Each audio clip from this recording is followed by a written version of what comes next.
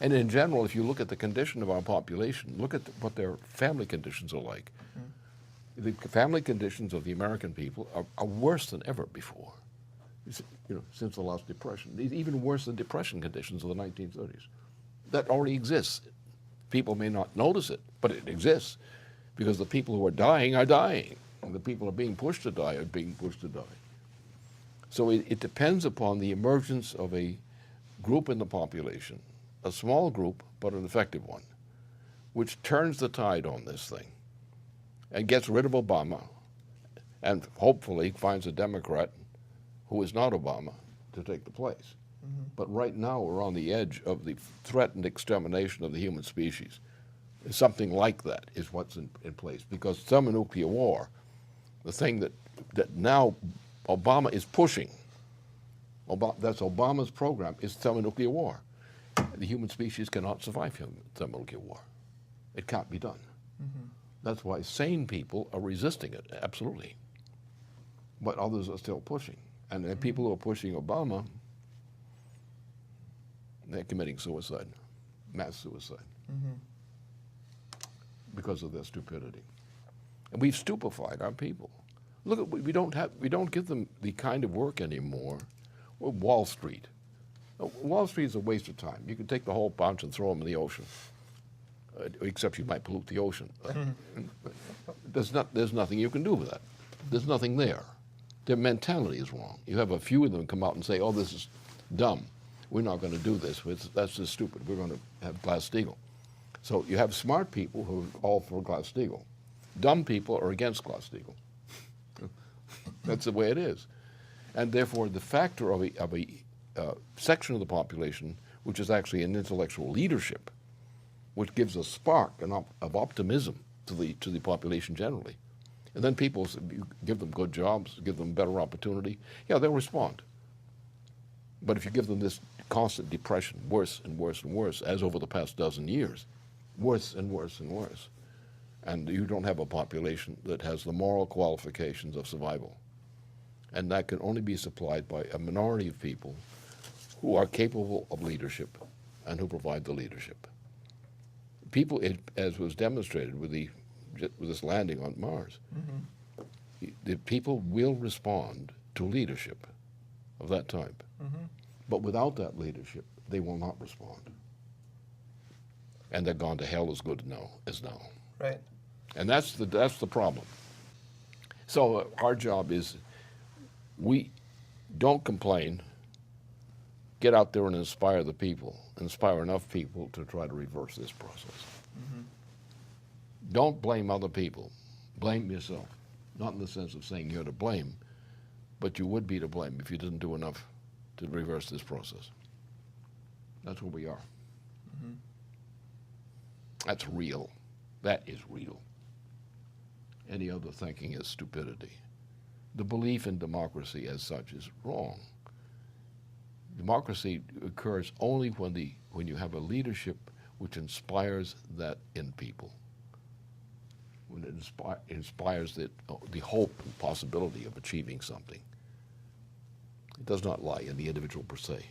Some individuals, yes, but it's still a minority of society, a small minority of society. And you have people who are actually evil, who work for the other cause. And so you have to outnumber them, sort of. But that's what we are. We're in the most dangerous period for humanity that has ever been known to exist. We're on the cusp of thermonuclear warfare. And exactly what is planned, the exact scheme which is required of any party that's going into thermonuclear war is sufficient to virtually exterminate the human species. And we're on the verge of its happening. So as we've discussed, you have the first strike, but then you have the conditions created by the first strike would render the planet unlivable for years into the future, which I think we're going to be covering in this upcoming video features, that you have, this is extermination warfare. You have the carryover effects that make it impossible for human life to continue in any type of civilized way for long periods into the future. Well, you see that, we see people shaken when you bring up these questions. And they begin to say, no, no, that's not going to happen. That's foolishness. They'll never let that happen. You're wrong. They'll never let that happen. But that's exactly what will happen. But that's the factor of cowardice. And you can see it in the population. You can see it among individuals in the population. Suddenly you think somebody who's very confident, capable, and so forth, and then suddenly they get this question is put in their face. Oh, no, that would never happen. That's ridiculous. It would never happen.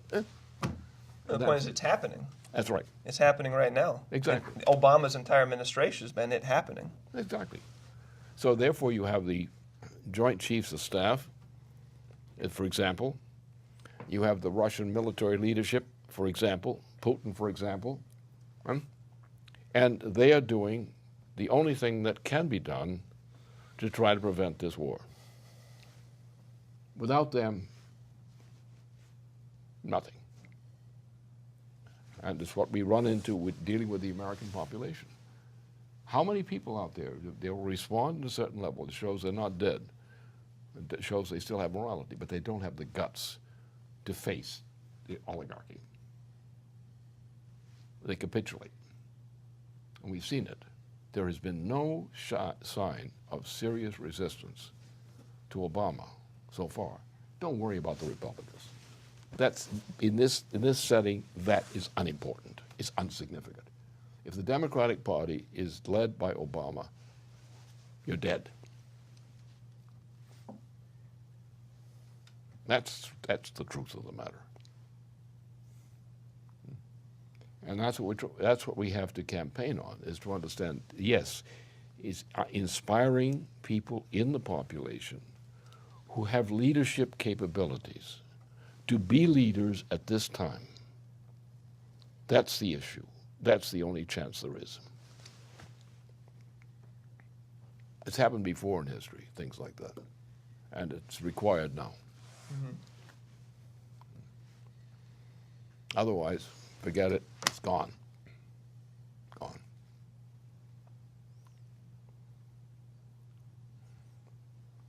Talking machines on Mars may wonder what happened to us. Hey, what happened? What happened? Anyway, but that's where we stand. That's reality. It's been coming all along, ever since Kennedy was killed. And the cover-up of the Kennedy assassination, ever since that time, been on this way down. And you saw what happened. But this is reality.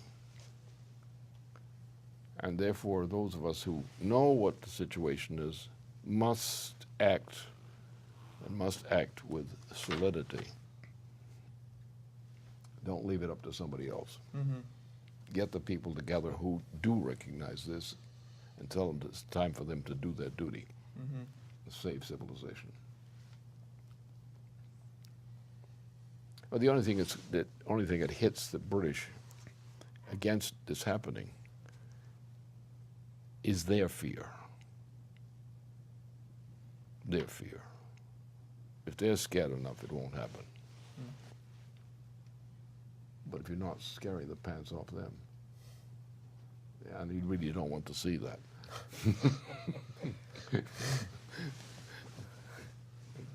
That's the situation. And people who are confident that it'll never happen are just the damn fools out there who don't know any better. And that's where you have to think about it. Don't give them any credit. If they're acting like damn fools, they're acting like damn fools. And don't hesitate to tell them. Right. Well, that's the first step of the leadership you're talking about. Exactly. First step is leadership. You're saying, cut that shit out. Yeah, exactly. That's the first step. Yeah, exactly. You know, it's the democracy in a society of idiots is path towards extinction. Yeah. No, that's it. Exactly it. It's cowardice. And it's opportunism, a mixture of the two. Right. They give themselves an opportunist dream, and that becomes the consolation. Oh, don't worry about it. I'm all taken care of. I'm all fixed. You know? Looking for opportunities on a train that's going to hell. Yeah, exactly. But the other passengers believe it's going somewhere better, so Yeah. That's right. Exactly. So it's quite relevant, and it's coming on fast. Well, we can do better. But we have to recognize we don't. It's when we play into the idea that we have to be democratic. We have to rely on democratic forces. That's crap. It's the inspiration by people who are capable of providing inspiration, which is always a tiny minority of the population. That's the only thing, the only hope you have in a situation like this. Popular opinion is not what you want. Popular opinion assures your death of humanity. And that's where people have such a hard time, because it's very hard to find, for people now, to find a basis for their thoughts outside of popularity. But you saw the thing with what happened with curiosity. The inspiration that came in a part of the population with curiosity.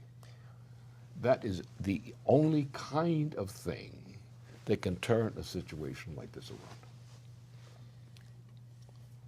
Yeah. You can see why the optimism engendered by the moon landing was attacked by think tanks that recognized that the optimism that caused had a huge political implication. Exactly. That's why the space program was killed. Because it implies the core of the only thing that will inspire the people of these planets to get out of this mess, especially the people of the United States. If you take away these beautiful things, it's harder to fight for something. Exactly. The human species depends on inspiration, and it has to be real. Otherwise, it doesn't work. That's where we are.